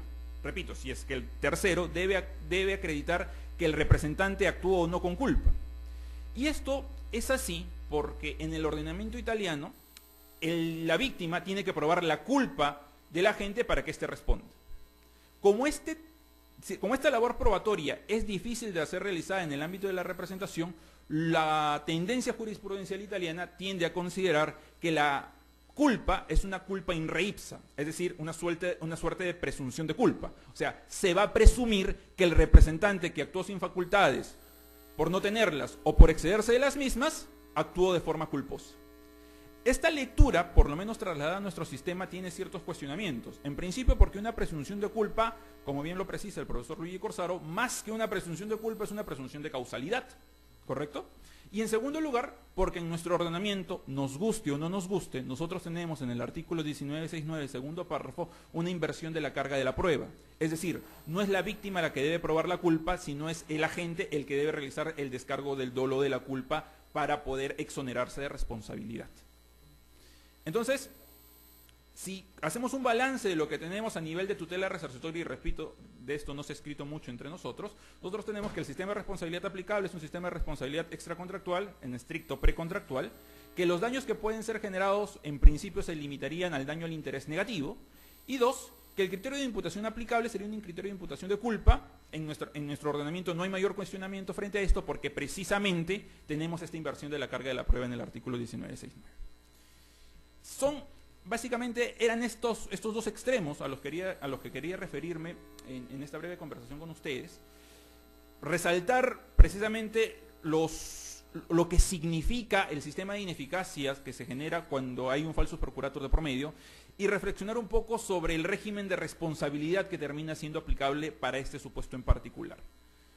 Para terminar, solamente quisiera reiterar mi agradecimiento al profesor Valareso y invocarlos a ustedes a que critiquen. O sea, el alumno de Derecho en general está muy acostumbrado a recibir lo que se le transmite de forma mecánica y a apuntar todo lo que se le dice como si lo que se le como lo que se le dijera fuese la verdad absoluta.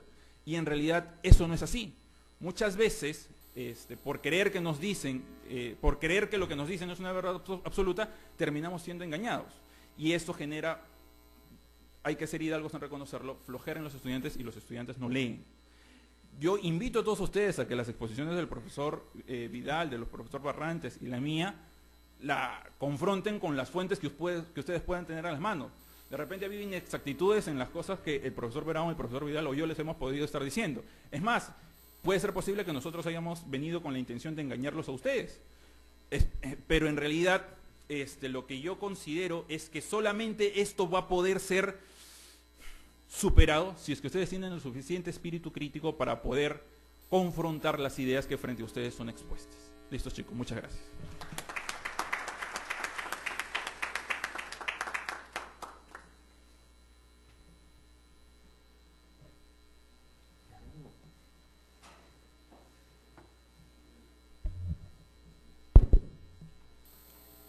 Bueno, finalmente les presentaré al doctor Gilberto Mendoza del Maestro, Él es abogado por la Pontificia Universidad Católica del Perú, graduado con la tesis Criterios de imputación en la responsabilidad civil del registrador público. Además, es magíster en Derecho con mención en Derecho Constitucional y Derechos Humanos por la Universidad Nacional Mayor de San Marcos. Es profesor de la Facultad de Derecho de la Pontificia Universidad Católica del Perú. Además, también es profesor de postítulo con mención de Derecho Civil de la PUC e investigador privado e investigador invitado en la Maestría de Derecho Civil de la misma Casa de Estudios. También es investigador visitante del Instituto Max Planck, Institut für Ausländische und Internationales Privatrecht, en Hamburg. Es investigador visitante de la Facultad de Derecho de la Universidad de Sao Paulo. Es director de la revista electrónica de Derecho Registral y Notarial El Visir. También es director de la Asociación CADRI Perú. Asimismo, ha escrito diversos artículos en revistas académicas en el ámbito nacional y en el extranjero, como la revista crítica de Derecho Inmobiliario, siendo actualmente árbitro ad hoc. A continuación queda en el uso de la palabra.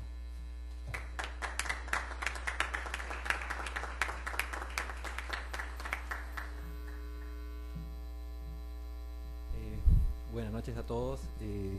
Gracias, Emilio, por la invitación y por la presencia de todos ustedes. Cuando Emilio me hizo la invitación, un poco que entre los temas que fluctuaron, uno era ese tema de los derechos reales, ¿no? Y un poco escuchando las dos exposiciones que anteriormente a la mía los doctores expusieron, de alguna manera me quedé pensando en justamente qué es lo que hay ahora en los derechos reales, qué es lo que hubo hace 100 años, hace 200 años en el ámbito de los derechos reales. Yo no sé si ustedes conocen, pero en el año 2002 se hizo la reforma del derecho a las obligaciones en Alemania, en el BGB. Y hubo una modificación que cambió muchas estructuras. Pero si nosotros nos vamos al ámbito de los derechos reales, en el ámbito de los derechos reales mayor modificación no ha habido. Por lo menos desde esta corriente que nosotros tenemos, ¿no? Que es el Civil Law. En cambio, en el Common Law hay una diferente manera de verlo. Lo que pretendo ahora, el tiempo es corto, es mencionar algunos puntillazos de lo que yo considero que podríamos, como dijo al final Héctor, ¿no? Volver a reinvestigar. Por ejemplo, la posesión no se quedó en Jering, la posesión no se quedó en Savigny. Actualmente en Alemania hay diversos profesores que estudian el ámbito de la posesión y que han dicho cosas nuevas en el ámbito de la posesión, ¿no? En Brasil actualmente se está hablando bastante en el ámbito de la posesión, la función social de la posesión, no tanto como los españoles, Caperochipi, ¿no? Algunos autores que han traído algunos profesores acá, sino cosas nuevas. Entonces, añado simplemente a lo que dijo Héctor, es muy importante manejar el tema de idiomas, porque nosotros estamos basados en ámbito de doctrina, pero de profesores que hace 50, 100, 200 años escribieron y que lamentablemente por esta dificultad idiomática de alguna manera todavía no ha ingresado a nuestro ámbito de estudio, a nuestras bibliotecas. En principio, para hablar de derechos reales tenemos que precisar algo, ¿no? Las situaciones jurídicos reales son efectos jurídicos.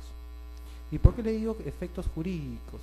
Porque para ser puntuales hay todavía ciertas discusiones que quizá ya deberían dejarse de lado. Por ejemplo, ¿no? En el ámbito de la hipoteca. La hipoteca siempre se ha dicho en el ámbito registral que es constitutiva, lo cual en realidad cualquier persona que estudie negocio jurídico puede saber que en realidad no es cierto.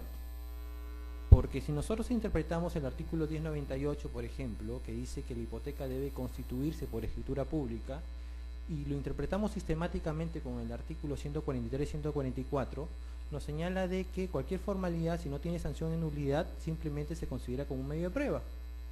Y si se considera un medio de prueba, el 1098 no tiene esta bajo sanción de nulidad. Y si nos vamos al 1099, el 1099 nos habla de requisitos de validez de la hipoteca. Y claro, tiene 4 requisitos: que lo haga el propietario, que el objeto sea jurídicamente determinado determinable, que el gravamen sea determinado determinable y que se inscribe en el registro. Sin embargo, el primer y el último requisito son requisitos de eficacia, porque justamente tienen que ver con el ámbito de los derechos reales.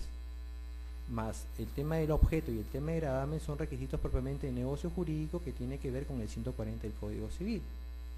Entonces, si nosotros distinguimos bien que el ámbito de los derechos reales no se ubica en la parte de la estructura, sino en el ámbito de la función, podemos de alguna manera distinguir, por ejemplo, cuando un contrato es válido y puede generar efectos distintos a los efectos reales, ya sea situaciones jurídicas, estado de sujeción, derechos potestativos u otras situaciones jurídicas distintas a las reales, y que el contrato exista, y luego podemos analizar si es que tiene de alguna forma estos efectos que dan los efectos reales, como son, por ejemplo, el tema de la oponibilidad, preferencia, privilegios o todo lo que ustedes manejen de sus cursos, ¿no? Primero plantear esa distinción. Luego plantear otra distinción que de alguna manera ya es muy tradicional, ¿no? Que es esta distinción entre derechos personales y derechos reales, y ya como en el plano de efectos, no en la parte de estructura, ¿sí? ¿Cuál es la distinción entre derechos reales y derechos personales? Hace poco ha salido un artículo de un profesor y justo vuelve a lo tradicional, ¿no? Y nos dice que los derechos reales son estos que son erga omnes y los derechos personales son estos que son interpartes, ¿no? Entonces, si es así, no sé cómo quedarían las obligaciones propter rem o las obligaciones de infacendo que tienen los derechos reales. Y simplemente les doy una muestra. Seguramente alguno de ustedes debe estar viviendo en un departamento o conoce personas que viven en departamentos. Mi propiedad exclusiva que yo tengo sobre el departamento probablemente sea un derecho real, pero intrínsecamente existen obligaciones, ¿verdad? Seguramente tienen, por su junta de propietarios, van a tener que pagar una renta, ¿no? O pagar un monto simbólico por el tema de limpieza, por el tema de áreas comunes, ¿no? Entonces, actualmente en el ámbito de los derechos reales ya no podemos distinguir solamente el ámbito de derechos reales y derechos personales como comportamientos estancos. En principio, porque partimos una distinción que es equívoca. Nosotros tenemos que distinguir, o es una propuesta, ¿no? Ya ustedes convalídenlo o alguna contrastenlo con otras posiciones. En principio, la distinción no está en este ámbito de la oponibilidad, porque tanto los derechos reales como los derechos personales hace mucho tiempo se señaló de que tienen oponibilidad erga omnes y oponibilidad como mecanismo de defensa. De repente, si le dan otro concepto al ámbito de oponibilidad, probablemente la distinción no calce, pero oponibilidad como mecanismo que yo tengo como propietario. Si yo soy propietario de este terreno y alguno viene y me invade, el derecho me va a dar tutela o mecanismo de tutela para poder repeler eso. Si el doctor Emilio me contrató, imagínense ustedes, para celebrar para exponer el día de hoy, y alguien busca impedir que yo realice la prestación, el derecho me va a dar tutela para yo poder oponer y hacer efectivo esta prestación. En esos términos, de una manera muy lata, el ámbito de la oponibilidad. Tanto derechos personales como derechos reales tienen este efecto de oponibilidad. ¿En qué se distinguen? Justamente en este ámbito de cómo satisfago. ¿Cómo satisfago un derecho real? Con la cosa, con el bien. ¿Cómo satisfago un derecho personal? Con la prestación, seguramente, todo lo que es el ámbito de las obligaciones, ¿no? Hay una discusión que ya viene hace mucho tiempo, por ejemplo, es que en el ámbito de los registros, ¿qué se inscribe? Nos vamos al 2019 y nos van a decir, en general derechos reales, ¿ah? Solamente derechos reales, y excepcionalmente dos derechos personales, que es el contrato de opción y el arrendamiento. Oiga, pero son derechos personales, eso no debería inscribirse. Claro que debería inscribirse, y deberían inscribirse también otros derechos personales. Ya no por este criterio, que hace mucho tiempo se dejó de lado distinguir derechos personales y derechos reales, sino que justamente, ¿cuáles son estos actos que van a necesitar publicidad para los terceros? ¿No? Si ahí hay un acto, por ejemplo, de arrendamiento, merece un tema de publicidad por la naturaleza de la institución, no importa que sea derecho real o derecho personal. Simplemente lo que interesa es que si para terceros es relevante o no, ¿no? Y a pesar de que nosotros tenemos un régimen de números clausus en el ámbito de derechos reales, ¿no? Este criterio en el ámbito registral ya se ha adoptado en muchos ordenamientos y no crea un caos, lo que genera es facilidad en el crédito. Entonces, más o menos cambiando esta posición o de alguna forma buscando una posición que genere, sobre todo que registro, por ejemplo, tenga una mayor dinámica, de alguna manera podemos entender esta variante de interpretación de lo que son los derechos personales y los derechos reales, que no es algo nuevo. En Alemania ya se hablaba el ámbito de la cosificación para el ámbito del arrendamiento ya hace 200 años. Lo que sucede es que no han llegado muchos libros de alguna forma que nos puedan informar sobre ello. Otro ámbito que podemos abordar sobre esa nueva perspectiva de los derechos reales tiene que ver con, por ejemplo, esta adopción que nosotros tenemos por un tema de inversión de nuevos tipos de contratos. Por ejemplo, no sé si ustedes conocerán los fideicomisos en garantía, ¿no? Y que de alguna manera es una imposición encubierta de los inversores, ¿no?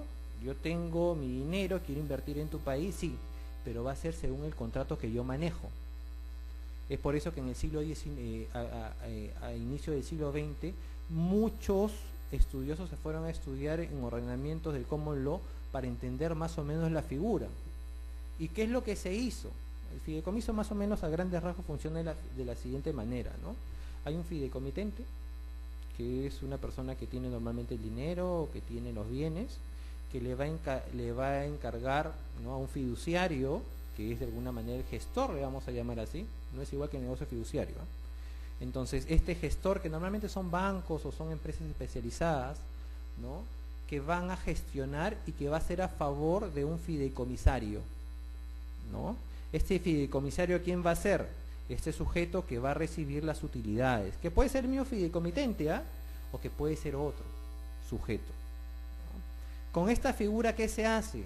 De alguna manera, hay una persona que tiene el dinero, el capital, hay una persona que es el experto en hacer negocios, unen conocimientos, une también capital y genera utilidad o genera beneficio social.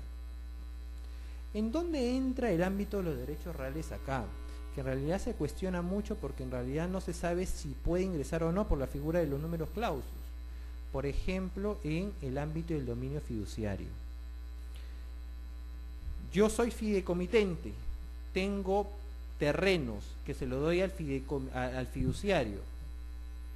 ¿Quién es propietario? Lo que se dice es que hay un traslado del dominio fiduciario, ¿no? ¿Quién es el propietario de esos terrenos durante ese periodo? ¿El fiduciario? Si el propietario es el fiduciario y tiene todas las atribuciones del 923, el fiduciario también puede de alguna manera destruir. El fiduciario puede disponer, pero el fiduciario solamente puede hacer lo que en el contrato de fideicomiso se ha realizado. Y en estricto no sería el propietario tal cual nosotros lo entendemos. El fideicomitente sigue siendo propietario, ¿no?, porque hay un traslado. Y a partir de ahí se generan diversas teorías sobre, dentro de nuestra concepción, de alguien tiene que ser propietario, ¿no? No es que el bien no pueda pertenecerle a nadie, o que dos sujetos puedan ser propietarios de un bien. Y es porque de alguna forma en ordenamientos anglosajones lo que no les interesa tanto el tema de la naturaleza jurídica. En realidad más les interesa el tema de la funcionalidad. Ese contrato funciona por el tema económico. Si es un tema de propiedad, si es usufructo, no me interesa, solamente me interesa que funcione y que económicamente me dé réditos. Y para eso está el ámbito de las funciones o el tema de los efectos jurídicos, más que el ámbito de la naturaleza jurídica del bien. Cuando la semana pasada, hace 2 semanas, a la Universidad Católica vino una profesora de Puerto Rico que también enseña en Estados Unidos, justamente hacía esta precisión, porque en Puerto Rico existen 2 sistemas que están contrapuestos: el common law por parte de lo que es los Estados Unidos y el civil law por parte de España. Entonces ahí conviven justamente estas 2 estructuras, y lo que me decía es, lo que para mí era caótico, porque de alguna forma yo no me imagino que en el país puedan convivir, ¿no?, por más que el análisis económico o ciertas figuras se hayan exportado, es que puedan convivir ambos sistemas. Lo que ella me decía, no, abre tu mente, ¿no? Abre tu mente, porque sí pueden convivir y conviven bien. Ya los privados son los que establecerán cuál tipo de contrato desean, pero o elige lo mejor de cada uno, pero no les prives a los privados, porque de repente para su negocio esto puede funcionar bien, ¿no? No te quemes la cabeza durante toda la semana diciendo quién es el propietario acá en el tema del fideicomiso. Más bien busca la utilidad económica que hay ahí. Y el tema de los derechos reales en el common law tiene una definición de lo que no es propiedad, ¿no? Tiene como 50 conceptos de lo que no es. Todo lo demás es, ¿no? A diferencia de nosotros, que buscamos de alguna manera darle y enmarcarlo dentro de una naturaleza jurídica que de repente puede funcionar, pero que en otros sistemas como este no funciona. Y aparte de abordar esto, también quisiera abordar, a propósito de lo que le escuché al doctor José Veraún, ¿no? Permítame, por favor, porque acá sí usted habló sobre el tema de fe pública, ¿no? Y de repente ahí podemos discrepar un poco, ¿no? Discrepar un poco porque en el ámbito de los derechos reales existe en Alemania la figura de Rechtsschein, ¿no? ¿Qué es la Rechtsschein? Es el tema de las adquisiciones a non domino. Y más o menos les explico a qué me refiero, ¿no? Hay ciertos supuestos en los cuales, si yo soy propietario de este bien, se lo voy a poder transferir al doctor, ¿correcto? Si yo soy propietario de esto, tranquilamente le puedo transferir la propiedad acá al profesor. Pero hay ciertos supuestos en el Código Civil en los cuales autorizan, ¿no?, a no propietarios, es decir, esto le pertenece a esta casa de estudios, pero si ustedes me ven por la calle con esto, probablemente van a presumir de que yo soy propietario, ¿correcto? Y si el doctor viene y se me acerca y me dice se lo compro, no sé, 30 soles, y yo se lo vendo, el Código Civil va a decir 948, esta transferencia es válida y eficaz. Es derechos reales, ¿no? ¿Cómo puede ser de que un no propietario pueda transferir la propiedad? ¿Cómo puede ser? O sea, el derecho me debe habilitar de alguna forma para que ciertos sujetos o en ciertos supuestos, ¿no?, un no propietario transfiera propiedad. Y no es el único artículo, ¿ah? Vamos a ver el 194, el tema de simulación, 1135, cuando hay concurrencia de acreedores, 2014, que muy bien lo explicó acá el profesor, ¿no? Hay ciertos supuestos en los cuales, ¿no?, nos habilita el Código Civil a que aquellos sujetos que no tienen la propiedad puedan disponer, o en términos de los españoles, los terceros de buena fe puedan adquirir. ¿Y cómo se da ese fenómeno jurídico? Porque tenemos un artículo 70 de la Constitución, ¿no?, un artículo 70 que nos dice lo siguiente, ¿no?, la propiedad es inviolable. Y si la propiedad es inviolable, uno propietario no puede transferir propiedad, ¿no?, porque esa propiedad le pertenece a otro sujeto. Y todas las normas del Código Civil son infraconstitucionales, por lo tanto, deberían inaplicarse. Y el artículo 2014 también debería inaplicarse. A propósito de esto, es que justamente viene el ámbito de la apariencia jurídica, ¿sí? Y justamente esto tiene que ver bastante con el ámbito del 2014 y el 948 que les expliqué. Y más o menos algunos conceptos que en algunos textos he desarrollado, más o menos dice lo siguiente, ¿no? Para que ustedes puedan disponer, necesitan entre ciertas instituciones o ciertas figuras tres conceptos básicos. Uno es la titularidad, ¿no? Otro es la legitimación y otro es el poder de disposición, ¿sí? Para yo poder transferir la propiedad necesito por lo menos estos tres conceptos, ¿no? En general, claro, me van a decir sí, pero el poder, la tradición también tiene otros requisitos, sí, pero solamente vamos a basarnos por el tiempo en estos tres conceptos, ¿correcto? Los italianos distinguen entre titularidad y apartenza, ¿no? Pero acá vamos a simplemente señalar, por ejemplo, que la titularidad es que yo tengo un vínculo con este bien, ¿sí? Un vínculo de pertenencia sobre el bien. La legitimación, algo así como en el ámbito de la representación, es la facultad de yo poder ejercer todo lo que dice 923 sobre este bien, Y el poder de disposición es esta fuerza que me otorga el ordenamiento para poder trasladar este bien de mi esfera jurídica al de su compañero. ¿Sí? Porque para poder trasladar la propiedad, el ordenamiento me tiene que autorizar. Entonces, en virtud de ello, para yo poder trasladar de mi esfera jurídica este bien a la esfera jurídica del profesor, el ordenamiento me autoriza, ya sea mediante los contratos, ¿no? Mediante otras figuras de negocios jurídicos unilaterales, etc. Si yo deseo realizar una transferencia normal, probablemente simplemente yo tengo la titularidad, tengo la facultad y tengo el poder de disposición. Se lo transfiero, compra-venta, ¿no? Y no hay ningún problema, 947 del Código Civil. De repente, un poco lo que hablaba Héctor, ¿no? Representación. Le doy un poder a Héctor para que me represente y transfiera mi propiedad. Yo soy titular, tengo legitimación y tengo poder de disposición. Héctor, a quien he facultado, no tiene titularidad porque titular soy yo, pero tiene legitimación. Y legitimación derivada o legitimación causal, porque yo le he facultado para ello. Y producto de ello también tiene un poder de disposición, porque si él en nombre mío celebra un contrato con cualquiera de ustedes, ¿no? Y concluye el contrato, va a transferir la propiedad, ¿no? Estos dos ejemplos no traen mayor problema. Hay ciertos casos en los cuales nosotros celebramos contratos, ¿no? Y no tenemos poder de disposición. Por ejemplo, ¿no? Si me declaran interdicto, ¿no? Todos manejan el tema de la interdicción, soy toxicómano, no sé, y me han declarado interdicto. Yo soy propietario, por ejemplo, de este bien, soy titular, estoy legitimado para transferir, ¿correcto? Pero por la declaración de interdicción yo no puedo transferir este bien. Probablemente hayan legitimado a otro sujeto, que es mi curador, a quien sí le hayan entregado el poder de disposición.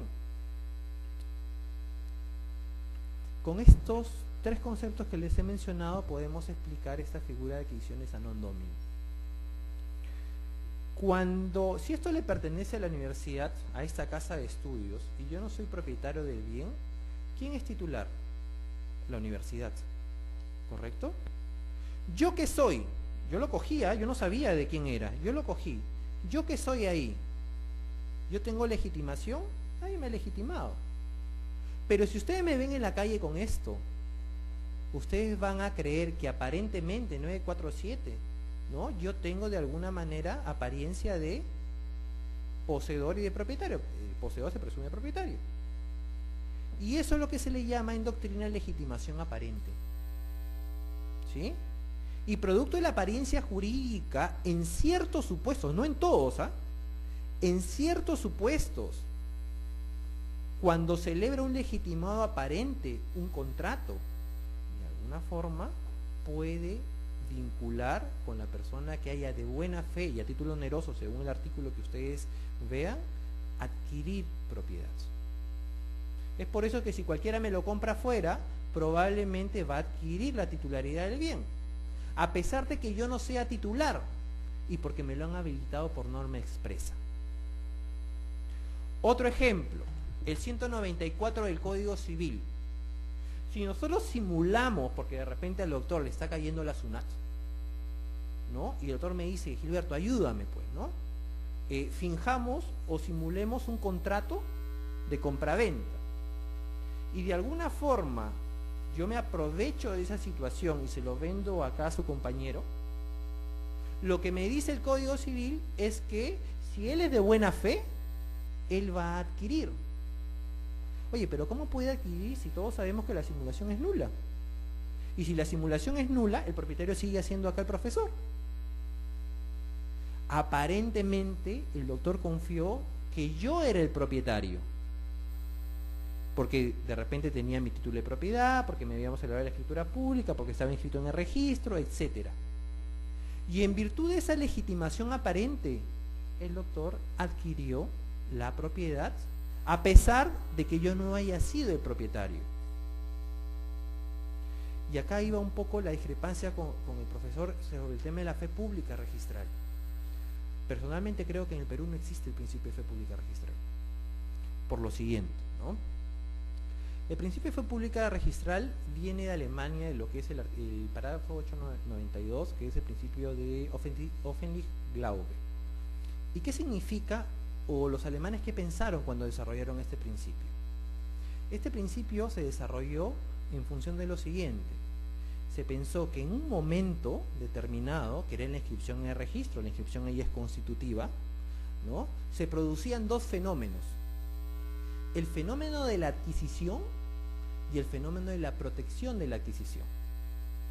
Porque justamente había una inexactitud en registros, y producto de la inexactitud en registros, a pesar de que era constitutivo, ¿no?, el tercero que adquiría de buena fe, de alguna forma en el momento que él inscribía en el registro, se vería protegido, porque ha adquirido a non domino de uno propietario, y en segundo lugar porque ya esa adquisición se vuelve inatacable.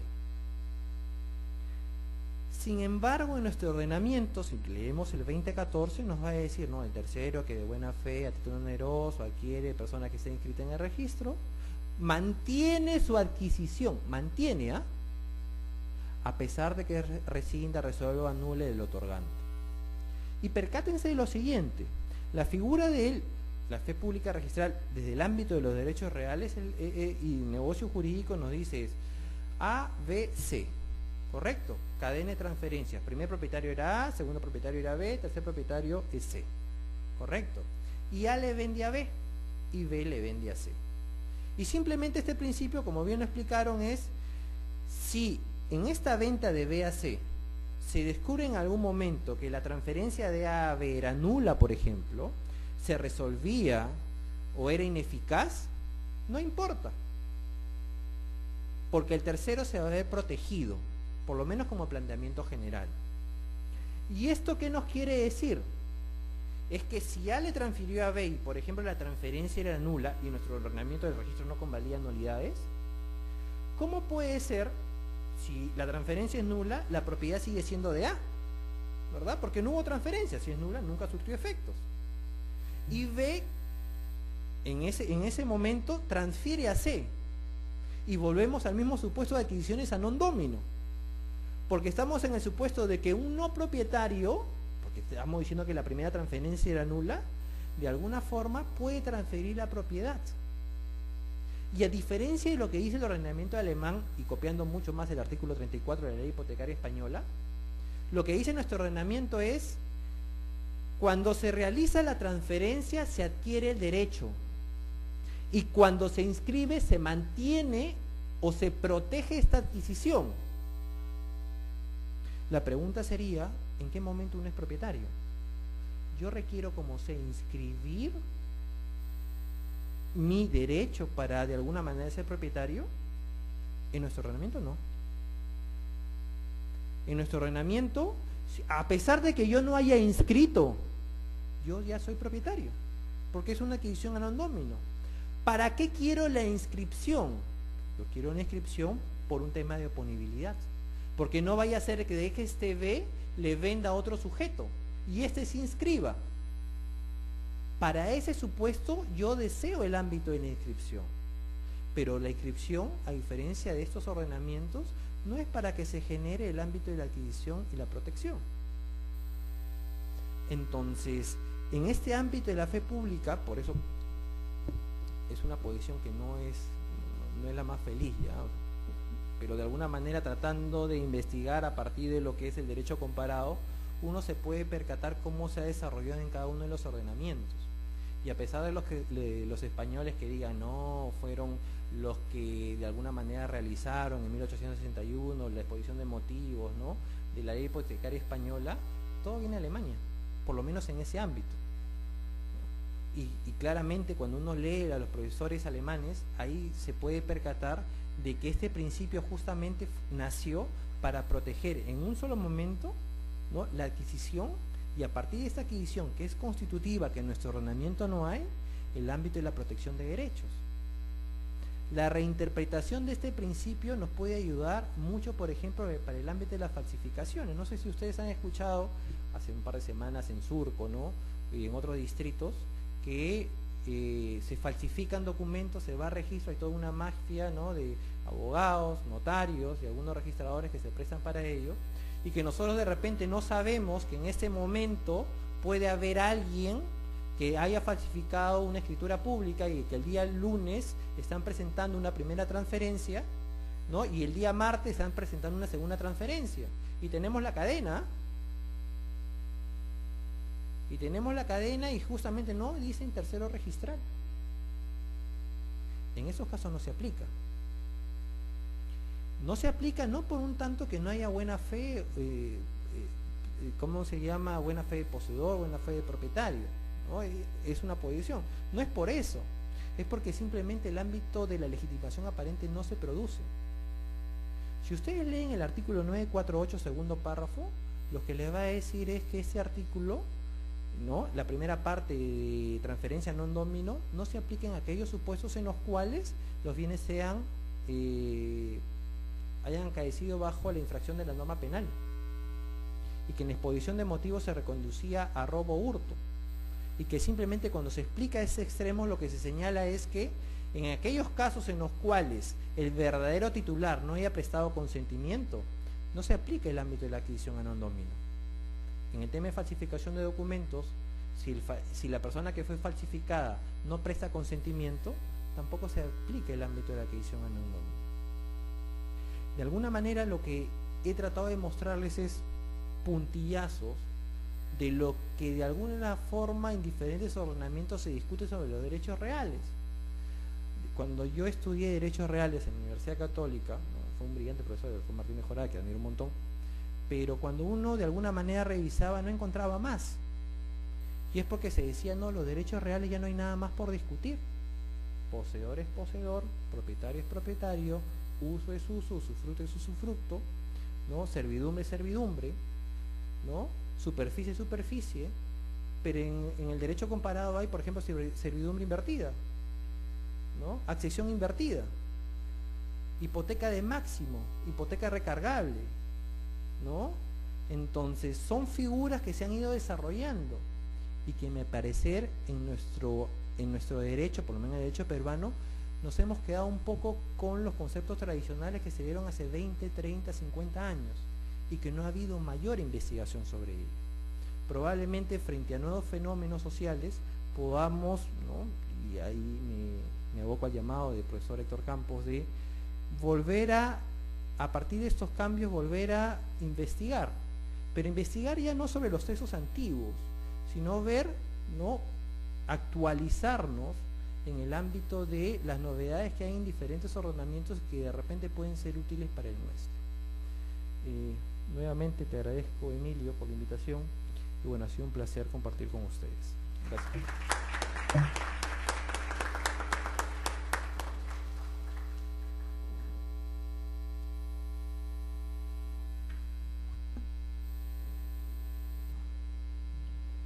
Bueno, finalmente queda con ustedes el doctor Emilio Valareso, quien dará las palabras para la clausura.